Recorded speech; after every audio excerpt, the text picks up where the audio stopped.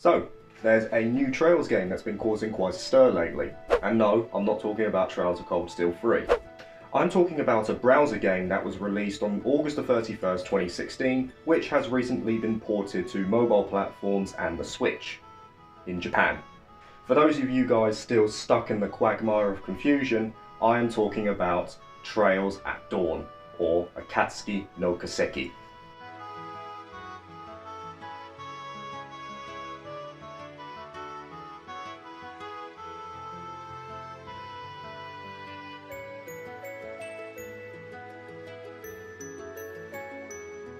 Akatsuki no Kiseki, to put it bluntly, is the most ignored Trails game. As said before, it was released as a browser game in 2016, and was directed by Falcom themselves with the help of user-joy technology.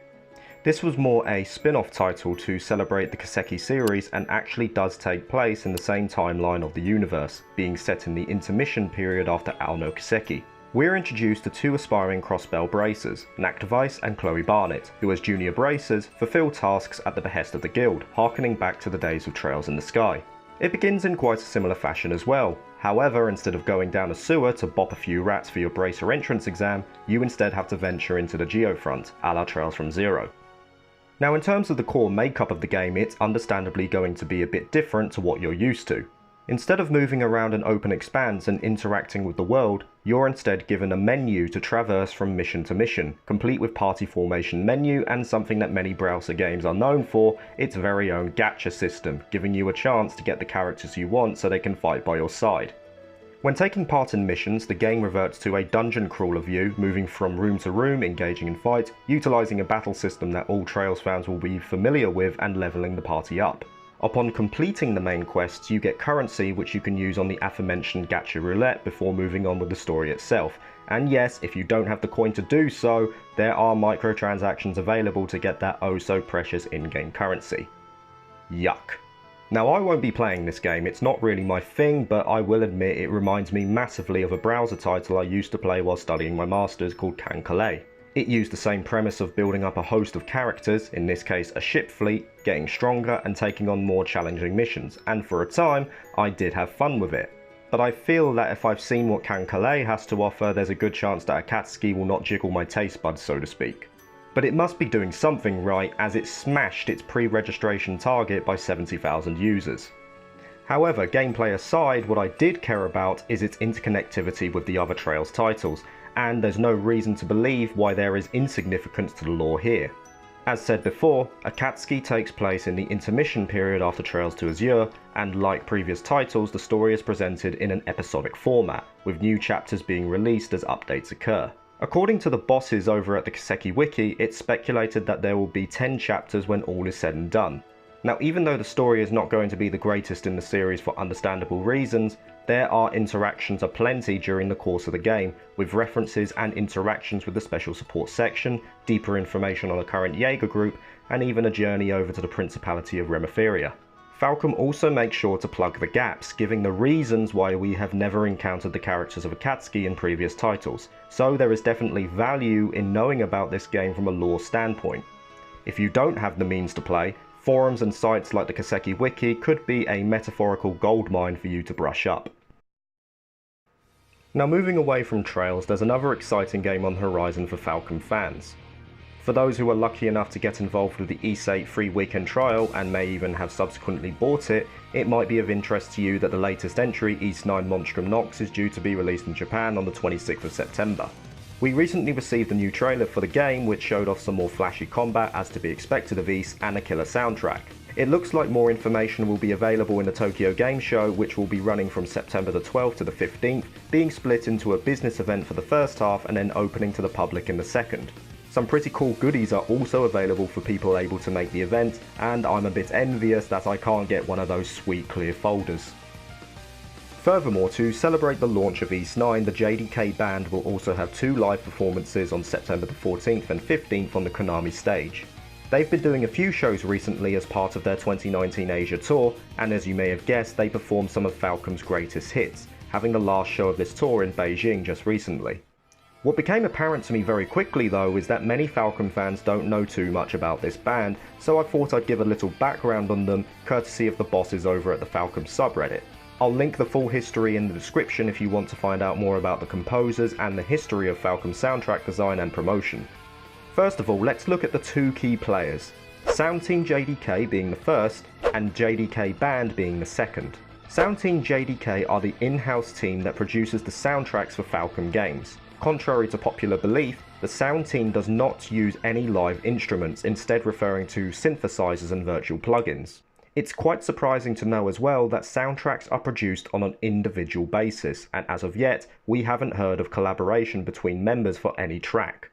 The JDK Band, on the other hand, is a group of freelancers who perform arranged albums, take part in live concerts, and sometimes will perform in-game tracks with the help of external conductors. Though the creative influence of the JDK Band is negligible on Falcom's library of games, the role that they play is still very much important. Due to Falcom tradition, members of Sound Team JDK are not allowed to partake or perform in any public event unless they are an outsourcer. Falcom have stated that they prefer the work of Sound Team JDK to be credited as a collective effort rather than attributed to a single composer, which is quite ironic really, as each composer creates the soundtracks individually. In the early 1990s, many Japanese video game developers started setting up bands to promote their music, a good example being Konami's Kukeya Club, and many comprised a few in-house members of the company's sound team. Falcom, on the other hand, preferred to outsource the composition of their band to King Records, as they felt letting their employees leave for extended periods of time would have a negative effect on the games they created. They also wanted to prevent individual association to the works of Sound Team JDK, preferring to keep it as a collective effort. In other words, the JDK Band is the front that promotes the music, composed of freelancers, while Sound Team JDK actually produces it in-house. The JDK Band is indeed important, but unfortunately many people agree that the quality has been waning lately. Compare this performance from 2018 New Year's Eve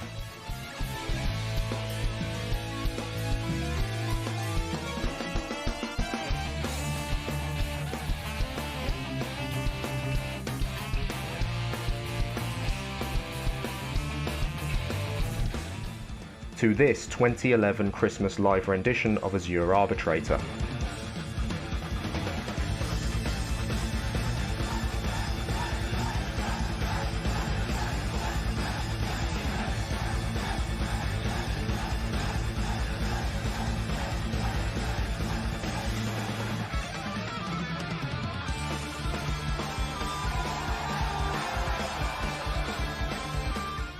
There's not really much comparison, and one of the main reasons for the deterioration was due to funding. From 2011 to 2015, JDK Band had the financial backing of Chara Ani, a Japanese merchandising company that produced a large volume of CDs and goods for Falcom. The financial clout of the merchandiser also allowed the JDK Band to perform in larger venues, with the largest to date occurring at the 2013 Japanese Game Music Festival in front of 2,700 people. Nowadays, however, the partnership with Chara Ani is long gone, and Falcom manages and sponsors the band themselves. This coincided with a change of direction for Falcom, as they announced in 2013 they would be lowering the budget they allocated to the music industry, meaning that the salaries of the employees likely decreased during this time as well.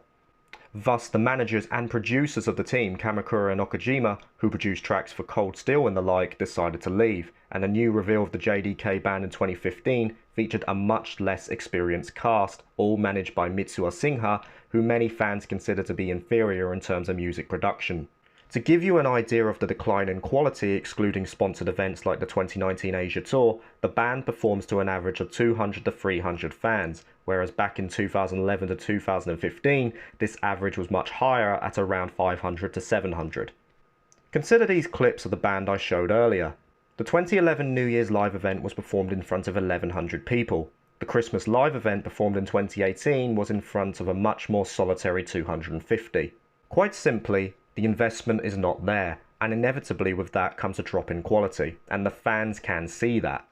It's a sad fate for a band that has been around a longer amount of time than I've been on this planet, and to see it degrade slowly, especially with what it represents, is quite upsetting. But regardless of this, you can likely see the band performing live on YouTube at the Tokyo Game Show this month, so you can make your own mind as to what you think about the band's current state. Now, as for East 9, I know what many people will ask: when are we going to get a localization? Well, as of yet, we haven't received any news of it, and when Kondo was interviewed back in July at Anime Expo, he said there was no plans yet for a Western release, as they're fully committed to releasing it in Japan first without any hitches. However, I don't see that as doom and gloom, as many new East games have made a westward transition within the year. I'd like to think that we'll get some sort of announcement shortly after the Japanese launch, and if E8 is anything to go by, we could expect a Western localization 10 months down the line. With that said, it's possible it could take longer, as I'm sure Falcom and NISA, who are pretty likely to get the localization rights, won't want a repeat of what happened with E8. So I'd like to think that they'll take more care with it, and with that comes more time.